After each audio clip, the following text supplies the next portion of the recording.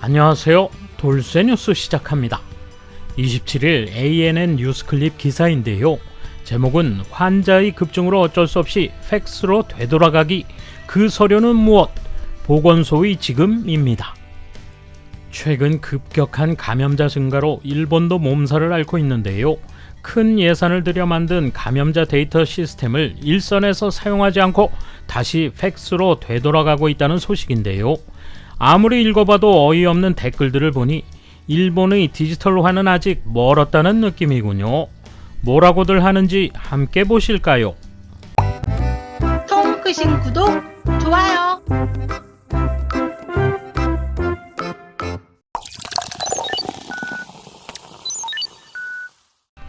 코로나19 감염이 급 확산하는 가운데 도쿄도의 에도가와 보건소 안은 의외로 차분합니다. 반년 전 제6파에서는 전화가 연결되지 않으면 여러 번 다시 전화를 걸어 감염자의 건강 관찰을 계속하고 있었습니다. 그런데 지금 중증화 위험이 낮은 사람들은 문자로 증상을 확인할 수 있도록 철저하게 효율화를 도모했습니다. 이미 에도가와구의 감염자도 제6파의 정점을 넘었지만 지원 요원은 3분의 1 규모만으로도 충분합니다. 이런 가운데 예상치 못한 사태가 일어나고 있습니다. 환자의 발생 신고는 지금까지 의료기관이 정부의 정보 시스템 허시스에 입력하는 것으로 공유되고 있었지만 최근 들어 팩스로 도착하는 일이 증가했다고 합니다. 팩스로 보건소에 제출되는 케이스가 지금 매우 증가하고 있습니다. 제출된 용지를 직원이 한 건 한 건 입력하기 때문에 보건소 측이 시간을 빼앗기고 있습니다. 효율화에 역행하는 현상이 왜 일어나고 있는 것일까요? 보건소와 같은 에도가와구에 있는 클리닉, 하루 동안의 진찰을 마치고 발생 신고서를 작성합니다. 하루에 100명이나 발생 신고를 하면 잔무 시간이 길어져 스태프들이 아주 힘든 상황입니다. 입력이 어렵고 PC 대수가 한정되어 있습니다. 손으로 쓰는 것이 편하다고들 이야기합니다. 이런 가운데 허시스에 또 다른 문제가 생겼습니다. 26일 오전 10시 반경부터 일부 로그인 할 수 없는 불편이 발생했습니다. 후생 노동성에 따르면 결함이 발생한 것은 감염자가 많은 지역을 중심으로 접속이 일제히 집중된 것이 원인이 아닐까 보고 있습니다. 시스템에 들어갈 수 없기 때문에 일이 전혀 진행되지 않습니다. 오늘 밤에 퇴근할 수 있을지 모르겠네요. 보건소나 광역자치단체에 보고할 수 없으니 말이죠. 이런 가운데 26일 도쿄의 확진자는 전주와 비교해 3배, 오사카는 5배 이상 늘고 있는 상황입니다.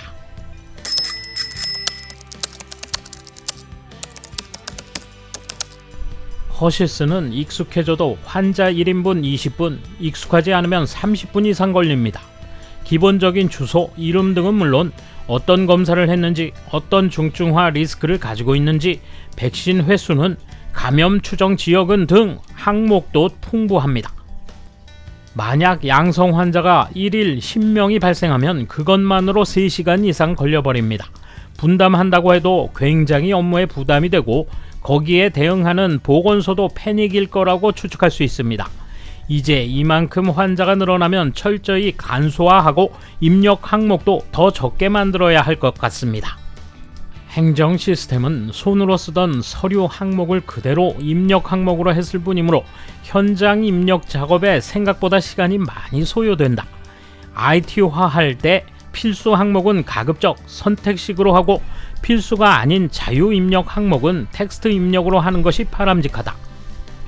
그런데 종이를 그대로 입력 화면으로 하면 필수 항목에 텍스트 입력이 필요하고 입력하지 않은 항목이 있으면 오류가 나서 어디를 잊어버렸는지 찾게 된다.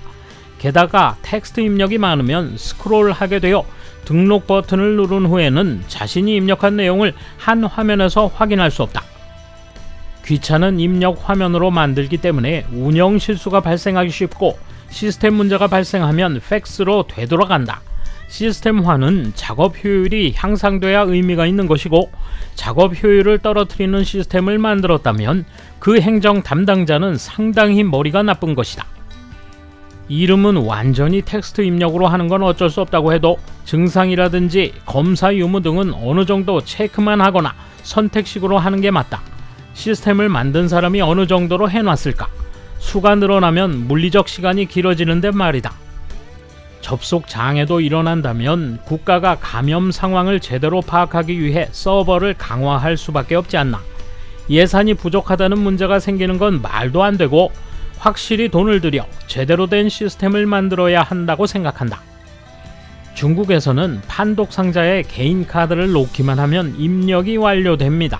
불과 1초 만에 주소, 이름, 성별, 나이, 지병, 백신 접종 횟수, PCR 검사 등 필요한 정보가 결합됩니다. 그게 별로 좋은 건 아니라고들 말하지만 아직도 입력에 너무 수고가 든다는 이야기가 톱뉴스가 되는 이 나라는 무언가 싶어요. 그러니까 월급이 오르지 않는 겁니다. 효율적인 손 입력 방법을 다들 코멘트하는데 좀 더 근본적인 해결 방법을 다 같이 생각해야 할 때죠. 우선 입력 항목을 최소한으로 간소화해야 한다. 그리고 발열 외래에서 기다리는 환자에게 검사하고 즉석에서 써달라고 한 다음에 발열 외래에서는 그걸 체크한다. 여기서 부족분만 직원이 첨가해 팩스로 보낸다. 그리고 나서 약을 주면 발열 외래 부담이 줄어들지 않을까? 몇 주 전보다 보건소의 발열 외래 부담이 훨씬 커지고 있을 테니 팩스는 어쩔 수 없다고 본다. 그래서 보내온 팩스는 보건소가 아니라 지자체 직원이 입력하면 되는 것이 아닙니까? 보건소보다 지자체 직원이 더 여유로울 것 같은데요. 일본은 어렵게 감염을 막아왔다. 감염이 폭발했던 외국보다 희생자가 억제된 건 지금까지 정부의 대응과 국민의 인내 결과라고 생각한다. 자택 요양으로 치료한다고 해도 의료기관의 혼란과 압박을 초래하는 건 회사나 학교, 보험 대응 등에서 사회적으로 PCR 검사 결과가 요구되는 것 때문이다. TV에서는 검사에 몇 시간씩 줄을 서는 모습들이 보도되고 있다. 그런데 도내에 23개 구가 있지만 최근 확진 판정을 받은 지인의 말에 의하면 직접 인근 진료소에 예약하고 나가니 대기 시간도 없이 검사를 받았다고 한다. 역시 부추기고 떠들고 기뻐하는 건 TV뿐인 것 같다. 뭐가 그리도 좋으냐? 환자 쪽이 우선이기 때문에 팩스를 선택한다고 생각합니다. 감염이 폭발하고 있기 때문에 세세한 데이터는 필요 없는 것 아닙니까? 필요할 때만 수시로 팩스를 통해 데이터를 모아 분석하면 좋을 것 같습니다. 무엇보다 의료기관이 압박받고 있으니까요. 개인 데이터를 포함하고 있기 때문에 일반인이 취급하는 것은 어렵다. 대신 입력할 수도 없는 노릇이다. 단지 편리하다고 해서 효율적이라고는 할 수 없다. 사람이나 물리적인 것도 중요한 요소다. 그러므로 팩스도 인정하면서 대책을 생각해 나가야 한다. 역행이나 퇴행이 아니다. 일일이 단말기에서 화면을 열고 입력하여 접속이 집중돼 시스템이 잘못되는 정도라면 아무리 최신이고 효율적이라 해도 그건 아니다.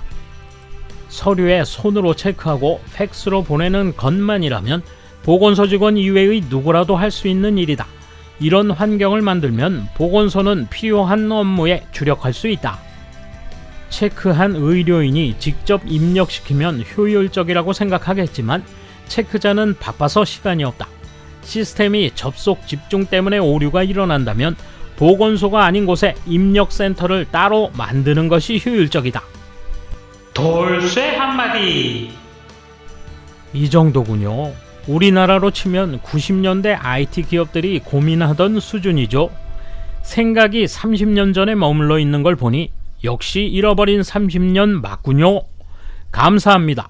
돌쇠 물러갑니다. 이번 소식은 여기까지입니다. 시청해주셔서 감사합니다. 돌쇠처럼 우직하게, 마님처럼 화끈하게.